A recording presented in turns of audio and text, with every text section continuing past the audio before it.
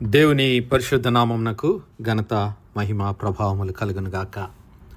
హల్లెలూయా. మరొకసారి ఈ అనుదిన బైబుల్ ధ్యానములకు మీ అందరినీ మన రక్షకుడు ప్రభువైన యేసు క్రీస్తుల వారి పరిశుద్ధ నామమున ప్రేమతో ఆహ్వానిస్తున్నాను. ప్రియులారా, యేసు క్రీస్తు ప్రభుల వారు లేఖనముల ప్రకారము మన పాపముల నిమిత్తము మరణించి సమాధి చేయబడి మూడవ దినమున పునరుత్థానుడిగా తిరిగి లేచి పరలోకమందున్న తండ్రి అయిన దేవుని కుడిపార్శ్వమున నేడు ఆసీనుడయ్యున్నాడు. ఆ పునరుత్థానుడైన క్రీస్తు ప్రభుల వారు 40 దినములు తన శిష్యులకు తను తాను ప్రత్యక్షపరచుకొని దేవుని రాజ్యమును గురించి అనేకమైనటువంటి విషయాలు ఆయన బోధించాడు. మరి ఆయన పునరుత్థానుడైన ఆదివార దిన సాయంకాలము ఆ ఎమ్మాయి గ్రామమునకు వెళుతున్నటువంటి 2 వ్యక్తులతో కలిసి సంభాషించి ఆయన వారికి చెప్పినటువంటి మాటలు లేఖనములు మనం ధ్యానిస్తున్నాం. లూకా సువార్త 24వ అధ్యాయము 25, 26, 27 వచనాల్లో మరి ఆయన పలికిన మాటలు, అవివేకులారా, ప్రవక్తలు చెప్పిన మాటలనన్నిటినీ నమ్మని మందమతులారా, క్రీస్తు ఇలాగు శ్రమపడి తన మహిమలో ప్రవేశించుట అగత్యము కాదా అని వారితో చెప్పి, మోషేయు సమస్త ప్రవక్తలను మొదలుకొని లేఖనములన్నిటిలో తన్ను గూర్చిన వచనముల భావము వారికి తెలిపెను.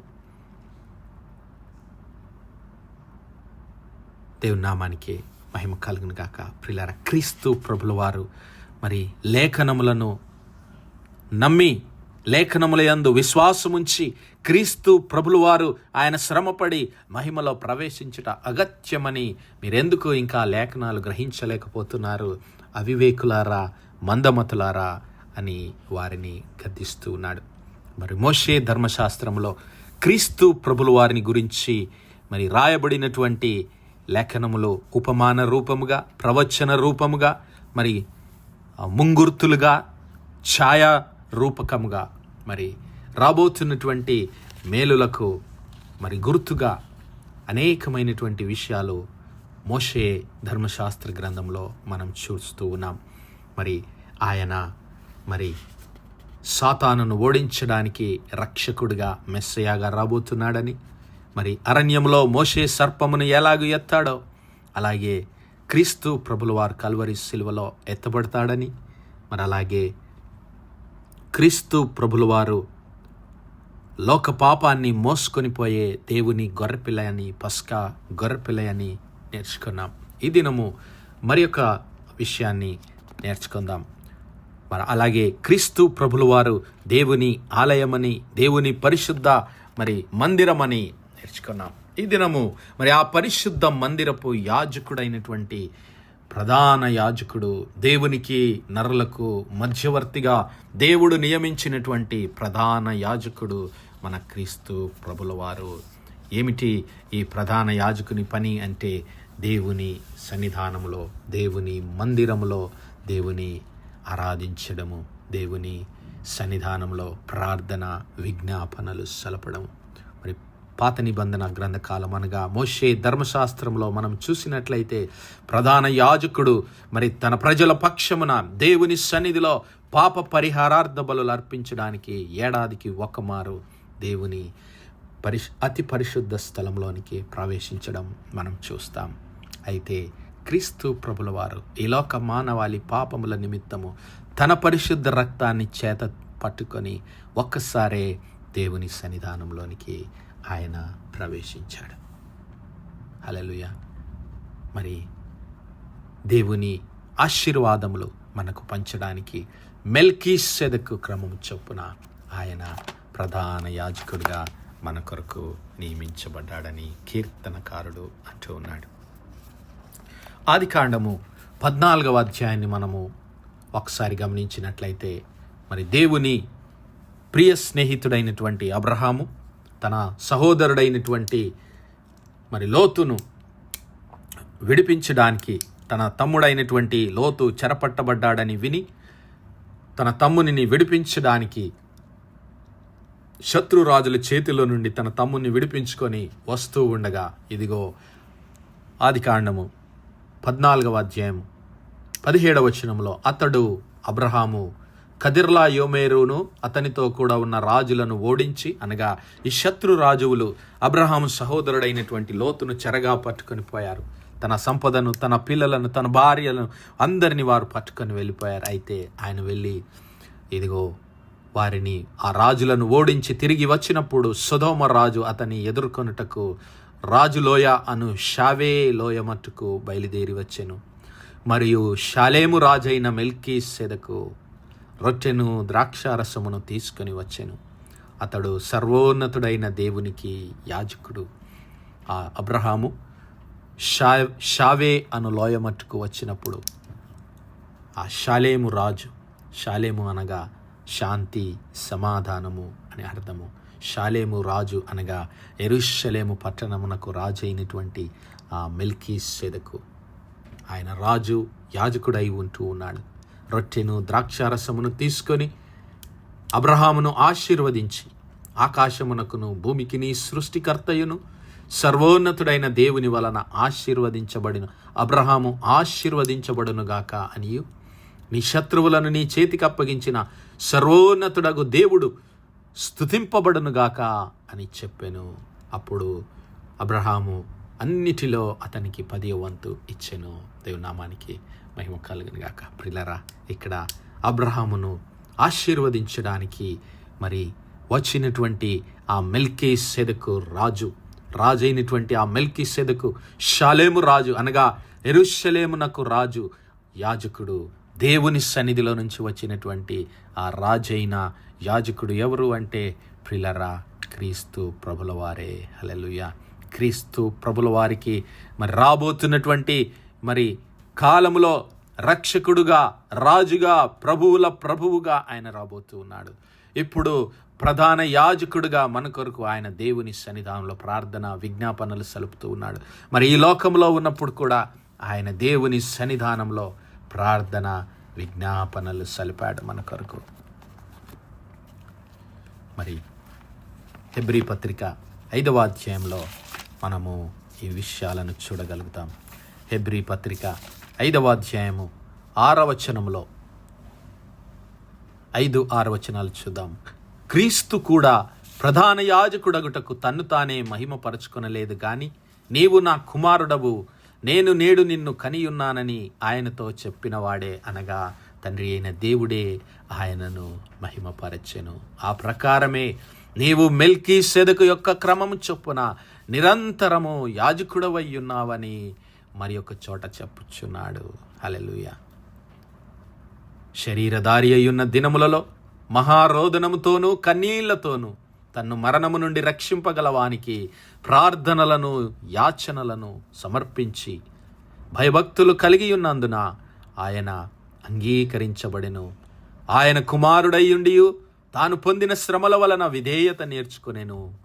మరియు ఆయన సంపూర్ణ సిద్ధి పొందిన వాడై మెల్కీసెదకు యొక్క క్రమంలో చేరిన ప్రధాన యాజకుడని దేవుని చేత పిలువబడి తనకు విధేయులైన వారికి అందరికీ నిత్య రక్షణకు కారకుడు ఆయన. దేవుని నామానికి మహిమ కలుగునుగాక. ప్రియులారా, క్రీస్తు ప్రభుల వారు కూడా ఆ షాలేము రాజు అయినటువంటి మెల్కీసెదకు వలె ఆయన దేవుని సన్నిధిలో పరిచారం చేసేటటువంటి రాజు. మరి ఆయన ఆదియు అంతము లేని వాడిగా చూస్తూ ఉన్నాం. ఆయన తల్లిదండ్రులు ఎవరో దాని గురించి మనకు రాయబడలేదు, కానీ దేవుని సన్నిధిలో నుంచి వచ్చినటువంటి వాడు, రాజైనటువంటి యాజకుడు. మరి క్రీస్తు ప్రభుల వారు కూడా అలాగే ఆ క్రమంలోనే ఆయన రాజు, ఆయన యాజకుడిగా మన కొరకు ఈ లోకంలోనికి వచ్చాడు.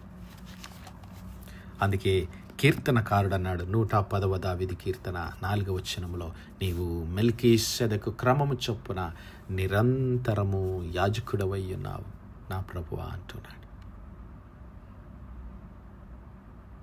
మరి ఆయన మన కొరకు ఈ లోక మానవాళి పాపములన్నిటినీ తుడిచివేయడానికి, మన పాపములను భరించడానికి దేవుని సన్నిధానంలో దేవునికి నరునికి మధ్యవర్తిగా, ప్రధాన యాజకుడుగా ఆయన ఈ లోక రక్షకుడుగా ఈ లోకంలో అవతరించి నిత్యము మన కొరకు ప్రార్థన విజ్ఞాపనలు సలపడానికి తన పరిశుద్ధ రక్తాన్ని చేతబట్టుకొని ఆయన దేవుని సన్నిధానంలో ప్రవేశించాడు.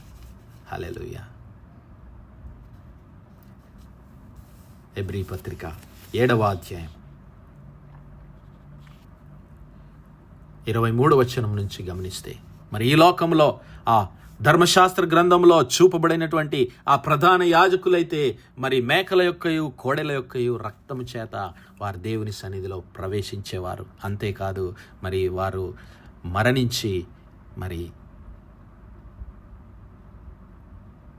నిరంతరము జీవించేటటువంటి యోగ్యత లేనటువంటి వారు. కానీ ఈయనైతే క్రీస్తు ప్రభుల వారు నిరంతరము యాజకుడవై ఉన్నావని ప్రభువు ప్రమాణము చేసెను. క్రీస్తు ప్రభుల వారిని గురించి దేవుడు చేసినటువంటి ప్రమాణం ఏమిటి అంటే, నిరంతరము ఆయన మన కొరకు యాజకుడు, ప్రధాన యాజకుడై ఉంటున్నాడు అని ఈయనతో చెప్పిన వాని వలన ప్రమాణపూర్వకముగా యాజకుడు ఆయన. మరియు ఆ యాజకులు అనగా ధర్మశాస్త్రము చొప్పున పాత నిబంధన గ్రంథ కాలంలో యాజకత్వము జరిగించేటటువంటి ఆ ప్రధాన యాజకులు మరణము పొందుట చేత ఎల్లప్పుడూ సాధ్యము కానందున అనేకులు ప్రధాన యాజకులుగా నియమించబడ్డారు.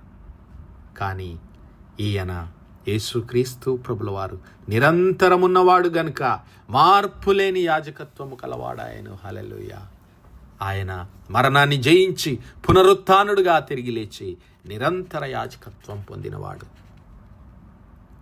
ఈయన తన ద్వారా దేవుని యొద్దకు వచ్చు వారి పక్షమున విజ్ఞాపనము చేయుటకు నిరంతరము జీవించుచున్నాడు గనుక వారిని సంపూర్ణముగా రక్షించుటకు శక్తిమంతుడై ఉన్నాడు. దేవుని నామానికి మహిమ కలుగును గాక. క్రీస్తు ప్రభుల వారు మన ప్రధాన యాజకుడు. తన యొద్దకు వచ్చు వారి పక్షమున నిరంతరము విజ్ఞాపన చేయడానికి ఆయన మరణాన్ని జయించి పునరుత్థానుడుగా సజీవుడుగా దేవుని కుడిపార్శ్వమందు ఆసీనుడై ఉన్నాడు.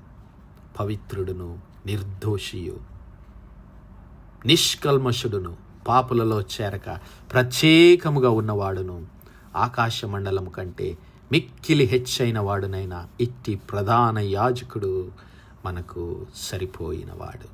హల్లెలూయా. మన ప్రధాన యాజకుడు ఎలాంటి వాడో తెలుసా? He is holy, he is harmless, he is undefiled, separate from sinners and made higher than the heavens. ఆయన పవిత్రుడు, నిర్దోషి, నిష్కల్మషుడు, పాపులలో చేరక ప్రత్యేకముగా ఉన్నటువంటి వాడు.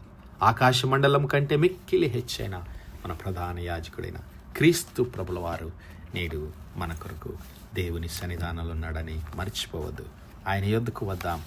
ఆయన పరిశుద్ధ రక్త ప్రోక్షణలో మన హృదయాలను, మన పాపములను శుద్ధీకరించుకొని దేవుని సన్నిధిలో ప్రవేశిద్దాం. అట్టి కృప, అట్టి ధన్యత దేవుడు మనందరి జీవితాల్లో దయచేయును గాక. ఆమేన్, ఆమేన్, ఆమేన్. ప్రార్థించుకుందాం. హల్లెలూయా, హల్లెలూయా, హల్లెలూయా, హల్లెలూయా. స్తోత్రం, స్తోత్రం, స్తోత్రం, స్తోత్రములు తండ్రి. అత్యంత కృపాభరితుడవు, అత్యున్నత సింహాసనంపై ఆసీనుడవైన మా ప్రియ పరలోకపు తండ్రి, జీవం కలిగినటువంటి మా దేవ, సైన్యములకు అధిపతి వాగు మా యెహోవా తండ్రి, కృపా కనికరములు గల మా ప్రభువా, సూర్యోదయం మొదలుకొని ఇంత మటుకు మా తండ్రి మీ చల్లని రెక్కల నీడను భద్రపరిచి అయ్యా మరొకసారి మీ ప్రియ కుమారుడు మా ప్రభు రక్షకుడైన యేసు క్రీస్తుల వారి పరిశుద్ధ నామములో దేవా మీ కృపా సింహాసనం యొద్ద ప్రార్థించడానికి సజీవ లెక్కలో మమ్మల్ని లెక్కించిన మీ ప్రేమకు వందనాలు, కృతజ్ఞతాస్తుతులు, స్తోత్రాలు, స్తోత్రాలు, స్తోత్రాలయ్యా. దినమెల్లా మీ యొక్క పరిశుద్ధాత్మ సహాయం, నడిపింపు, ఆదరణ, సహవాసాన్ని మాకు అనుగ్రహించిన ప్రభువా మీకే స్తుతులు, స్తోత్రాలు చెల్లిస్తున్నాం. అవును మా తండ్రి, పవిత్రుడు, నిర్దోషి, నిష్కల్మషుడు, పాపులలో చేరక ప్రత్యేకముగా ఉన్నటువంటి వాడు, ఆకాశ మండలం కంటే హెచ్చైన వాడు, మా ప్రధాన యాజకుడైన క్రీస్తు ప్రభుల వారు మీ సన్నిధానములో మా పక్షమున ప్రార్థన విజ్ఞాపనలు సలుపుతూ ఉండగా ప్రభు మేమంతా పరిశుద్ధులంగా, పవిత్రులంగా మీ సన్నిధానంలో జీవించే కృప దయచేయమని వేడుకుంటున్నాం. కనికరం గల మా తండ్రి, ఈ వర్తమానాలు వినిచున్న మా ప్రియ బిడ్డల కుటుంబాలన్నింటినీ దీవించండి, ఆశీర్వదించండి, మీ కృపలో భద్రపరిచి మా కుటుంబాలన్నింటినీ మీరే దీవించి ఆశీర్వదించి మీ నామ మహిమ ఘనత నిమిత్తము మమ్మల్ని స్థిరపరిచి బలపరచమని యేసు నామములో అడుగుతున్నాము తండ్రి. Amen, amen, amen. God bless you all. Praise the Lord. Shalom.